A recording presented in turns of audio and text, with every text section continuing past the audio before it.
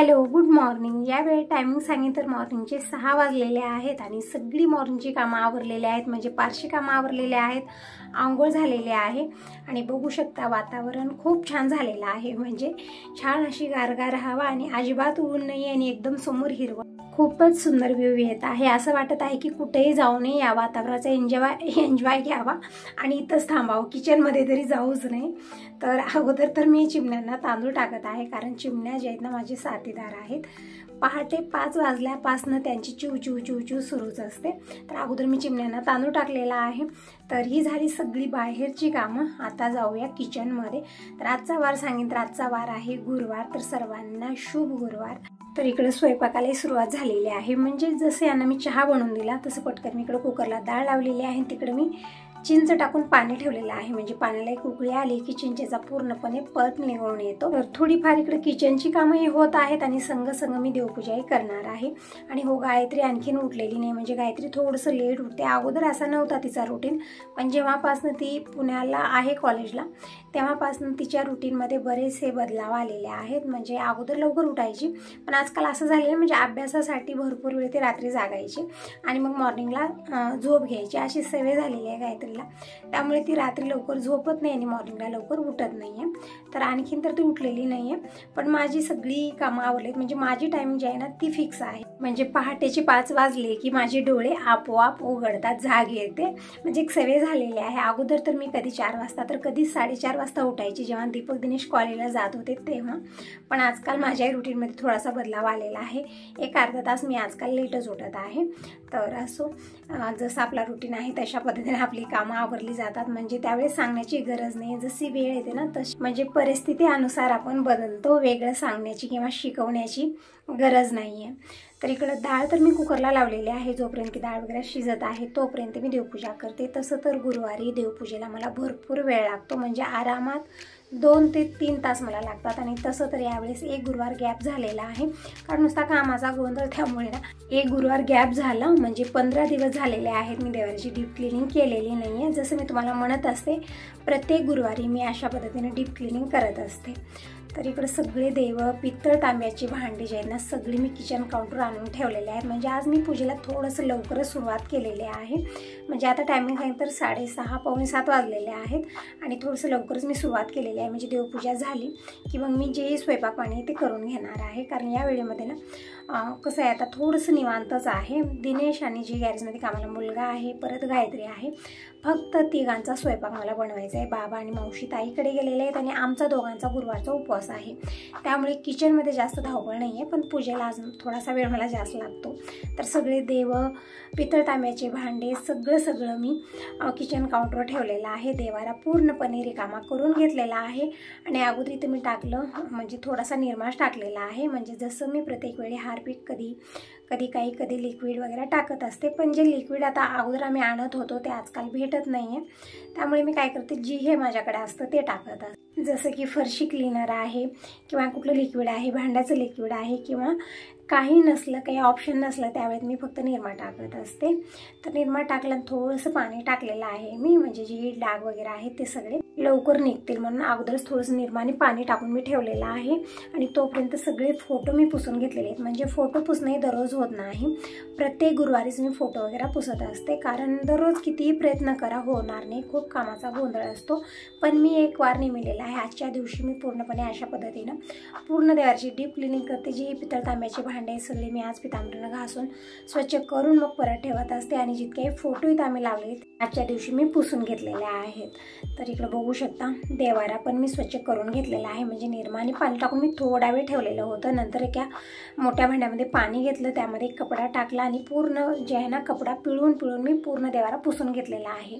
कारण धडाधडा पाणी टाकेन ते पाणी जाणार कुठं, तिथंच साचलं जातं, म्हणून मी कपड्यानंच पूर्ण देवारा पुसून घेतलेला आहे। बघू शकता मार्बलचा देवारा छान चमकत आहे, असं वाटत आहे की नवीन आजच आम्ही आणून ठेवलेला आहे, इतका छान स्वच्छ झालेला आहे। तर 8 दिवसाला एक वेळा अशा पद्धतीने डीप क्लिनिंग करणं गरजेचं आहे। म्हणजे यानं काय होतं, जास्त कामाचा लोडही पडत नाही आणि आपलं जे काम आहे ते पण व्यवस्थित होतं आणि देवारा पण स्वच्छ राहतो। कारण दररोज होणार नाही, खूप कामाचा लोड असतो आणि ज्यांच्या घरी लहान मुलं असतात ना त्यांच्या घरी तर खूपच गोंधळ आहे, ते तर सांगूच नका, कारण या सगळ्यातनं मी गेलेले आहे म्हणून मला पूर्ण अनुभव आहे। म्हणजे तेव्हाचं जीवन वेगळंच असतं. म्हणजे आपल्या जीवनामध्ये भरपूर सारे बदलाव होत असतात. जेव्हा आपण नवीन घरी येतो त्यावेळेतलं थोडंसं वेगळंच असतं आणि नंतर जेव्हा मुलं बाळ होतात त्यावेळेतलं लाईफ वेगळंच असतं आणि आताच लाईफ वेगळंच आहे. म्हणजे खूप सारे बदलाव येत जातात आणि त्या अनुसार आपण बदलत जातो. तर असो ताईंनो, हे अनुभव प्रत्येक स्त्रीला होतात. तर इकडे मी अगोदर पाणी भरून ठेवलेलं आहे. म्हणजे बोरवेल चालू केलं आणि जे तांब्याचं हंडा आहे ते मी अगोदर भरून ठेवलेलं आहे आणि अगोदर मी उतरणीचे सगळे तांबे घासून घेतलेले आहेत. पितांबरी लावून छान घासून स्वच्छ केलेले आहेत, धुवून घेतलेले. बघू शकता एकदम सोन्यासारखी चमक या तांब्यांना आलेली आहे. पण ही चमक फक्त 2-3 दिवस राहते, खास करून पावसाळ्यामध्ये. म्हणजे उन्हाळ्यामध्ये 4-8 दिवस ठीक राहतं, म्हणजे रंग चेंज होत नाही. पण पावसाळ्यामध्ये ना पितळ तांब्याचे धातूचे जे भांडे असतात ना त्याचा कलर खूप लवकर चेंज होतो. म्हणजे जेव्हा आपण पितांबरी लावून क्लीन करतो त्यावेळेमध्ये छान चमक येते, नंतर त्याचा रंग चेंज होतो. तर इकडे सगळे उतरणीचे तांबे मी घासून ठेवलेले आहेत आणि कॉटनच्या कपड्यानं पूर्ण पाणी पुसून घ्यायचं आहे. पण तोपर्यंत मी इकडे देवाच्या मूर्त्यांनाही पितांबरी लावून छान घासून स्नान घालत आहे. म्हणजे दररोज तर नाही, पण प्रत्येक गुरुवारी अशा पद्धतीने मी देवपूजा करत असते. म्हणून आरामात मला 2 ते 3 तास लागतात. तर मी देवांना स्नान घालत होते तोपर्यंत गायत्री उठलेली आहे, ब्रश वगैरे केली, चहा करून दिलेला आहे तिला. म्हणजे टायमिंग सांगेन तर 8:30 तरी वाजलेले येतात ना.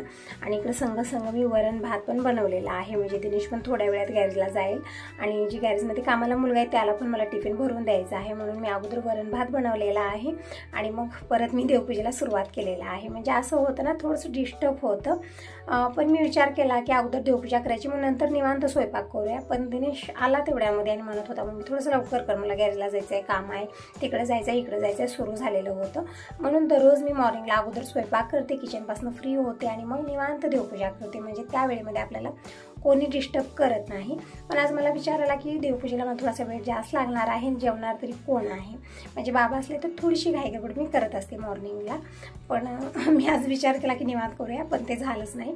अगोदर मी वरण भात केलं, दिनेशचं जेवण झालं आणि अगोदर मी टिफिन भरून दिलेला आहे. म्हणजे सगळ्यांची पोटपूजा झाल्यानंतरच मी इकडे देवपूजा करत आहे.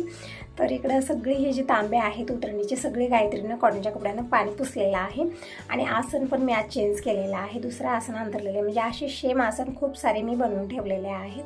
आणि इकडं उतरणीचे तांबे अगोदर ठेवले. साईबाबांना मी अभिषेक घातलेला आहे, साईबाबांची मूर्ती ठेवली, त्यांना पोशाख घातलेले आहे, माळा घातलेल्या आहेत, साईबाबांचंही पूजन झालेलं आहे.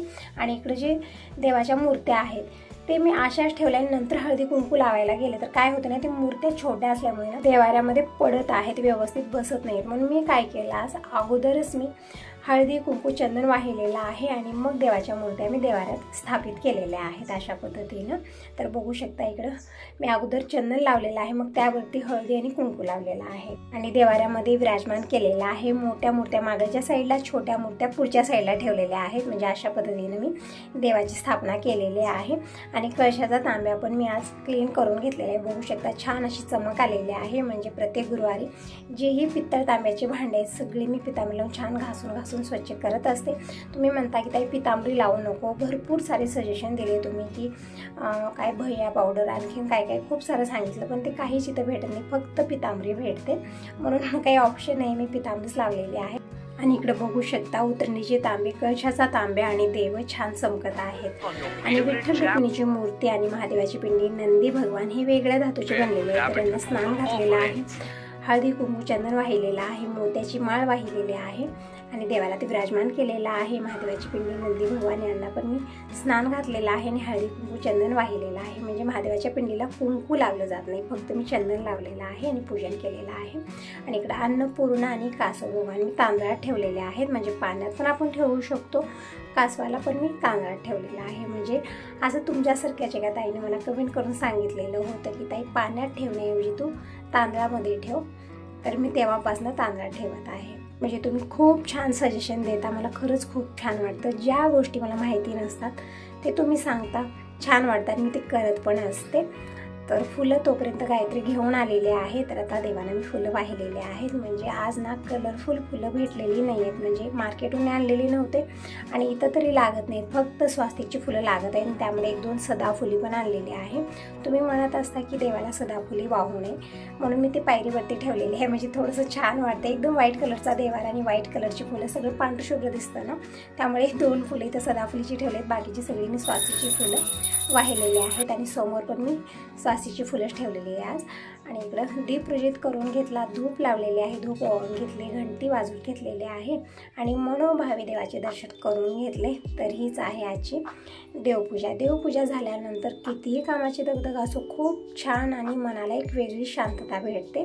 तर देवपूजा झालेली आहे आणि तुळशीपूजन, उंबरापूजन झालेलं आहे. तर ही सगळी कामं आवरली, स्वयंपाकही मी करून घेतलेला आहे आणि आता आलेले मी बेडरूममध्ये. अगोदर मी केस विंचरून घेते आणि जे थोडीफार माझी कामं आहेत, आता कपडे मशीनला लावायचे. आज मी काही हाताने वगैरे धुणार नाही, कारण वातावरण असं झालेलं की पाऊस सुरू झालेला आहे आणि हाताने जे कपडे धुतो आपण ते लवकर हडकत नाहीत, पण मशीनमध्ये कपडे ड्राय होऊन येतात.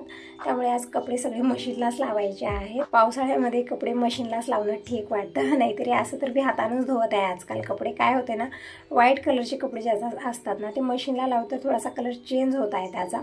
त्यामुळे जेही व्हाईट कलरचे कपडे आहेत ते बी लावत नाही. दररोजचे जे रेग्युलर कपडे आहेत ते तितके लावत आहे. परत नवीन कपडा, व्हाईट कलरचे कपडे ते मी हातानंच धुवत आहे. आणि आज मला पायपुसण्या पण धुवायचे आहेत. म्हणजे पावसाळ्यामध्ये पायपुसण्या खूप लवकर खराब होतात. सगळे चिखल, म्हणजे पायाला चिखल असतं खूप सारं आणि आणून पायपुसण्याला पुसतात, त्यामुळे ना ते खूप लवकर खराब होत आहे. 4 दिवसाला एक वेळा मी पायपुसण्या धुवत आहे, कारण खूप साऱ्या पायपुसण्या आहेत आणि लवकर वाळत पण नाही त्या दिवसामध्ये, कारण ऊन नसतं ना तितकं, फक्त हवा आणि कधीतरी अधूनमधून ऊन येत असतं.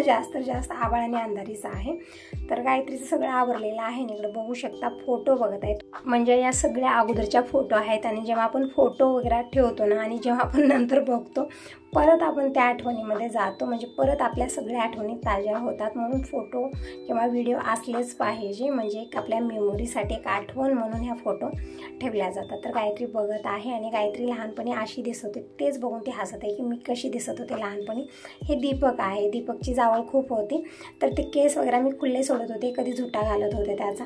तर दीपकला लहानपणी म्हणजे जावळ काढण्या अगोदर खूप सारे केस होते, तेच फोटो आहेत सगळे. आणि हे सगळे आमचे फॅमिलीचे फोटो आहेत. त्यामध्ये मी तुम्हाला थोडीशी वेगळी दिसत असेल, म्हणजे जसं आपलं जे आहे ना, वेळेनुसार आपण बदलत जातो तसंच आहे. अगोदरचे जे फोटो आहेत ते थोडेसे, म्हणजे त्यामध्ये मी थोडीशी वेगळी दिसते. आता माझ्यामध्ये खूप सारे बदल आलेले आहेत. तर गायत्री तेच बघून हसत होती की मामी तुम्ही अगोदर कशी दिसत होतो आणि आता कशी दिसत आहात. तर ही ननंदबाईची फोटो आहे, म्हणजे गायत्रीच्या मम्मीची, आणि ह्या आजी आहेत आणि आम्ही आहोत. यामध्ये तुम्हाला थोडीशी मी वेगळी दिसत आहे.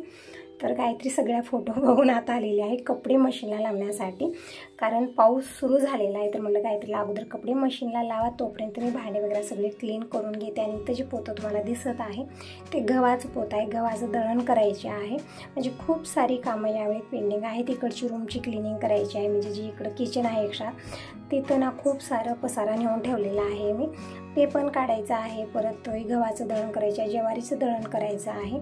तर खूप सारी कामं आहे जी दिवसभरात आवरायची आहेत मला. तर अगोदर तर कपडे इकडे गायत्री मशीनला लावलेले आहेत, म्हणजे शर्ट पॅन्ट हे सगळं ठेवलेलं होतं आतमध्येच हँगरला, ते पण काढून आत आणून लावलेलं आहे. लिक्विड टाकून मशीन ऑन केलेले आहे. तर आता कपडे धुण्याचं काम होत आहे. तोपर्यंत मी भांडे वगैरे क्लीन केले, खूप सारे भांडे झालेले होते. आणि आता इकडं बनत आहे चहा, आणि आज खूप साऱ्या रेसिपी बनणार आहेत. म्हणजे जसे खवा आणून ठेवलेले आहेत, त्या खव्याचं मी काहीच बनवलेलं नाही, आणि ताजा खवा ठेवून किती दिवस ठेवायचा. तर म्हटलं आज त्याचे गुलाबजामुन बनवायचे. आणि ताजे नारळ इथं बघू शकता किती सगळं खोबरं वगैरे खिडकीत ठेवलेलं आहे. या दिवसामध्ये 3-4 दिवस ठेवलं तरी कलर चेंज होतो त्याचा. तर या खोबऱ्याचे आज मला लाडू बनवायचे आहेत. तर लाडूही बनतील आणि गुलाबजामुनही बनतील. खूप साऱ्या रेसिपी आज बनणार आहेत. दळण करायचं आहे, खूप सारी कामं आहेत. आता बघूया मी दिवसभरात काय काय आवडते. तर खोबऱ्याचे लाडू कशा पद्धतीने बनवले नेक्स्ट व्हिडिओमध्ये जरूर बघा. आणि हा व्हिडिओ कसा वाटला नक्की सांगा. पहिल्यांदा बघत असाल तर चॅनलला सबस्क्राईब करा आणि कमेंट करूनही नक्की सांगा. तर इकडं सगळं खोबरं गायत्री घेऊन बसलेले आहे, म्हणजे नरवटी काढत आहे त्याची. म्हणजे 3-4 दिवस झालं ठेवलेले हे नारळ वाळून, त्यामुळे ना ते नरवट्या स्वतःहून निघत आहे, छान हडकलेलं आहे. आणि आता हे गायत्रीला म्हटलं की धुवा अगोदर आणि खिसून द्या, तोपर्यंत मी बाकीची तयारी करते. म्हणजे गुलाबजामुन ही मला बनवायचे आहे. तर आता यासोबत या व्हिडिओला इथं सेंड करते. Bye bye, take care.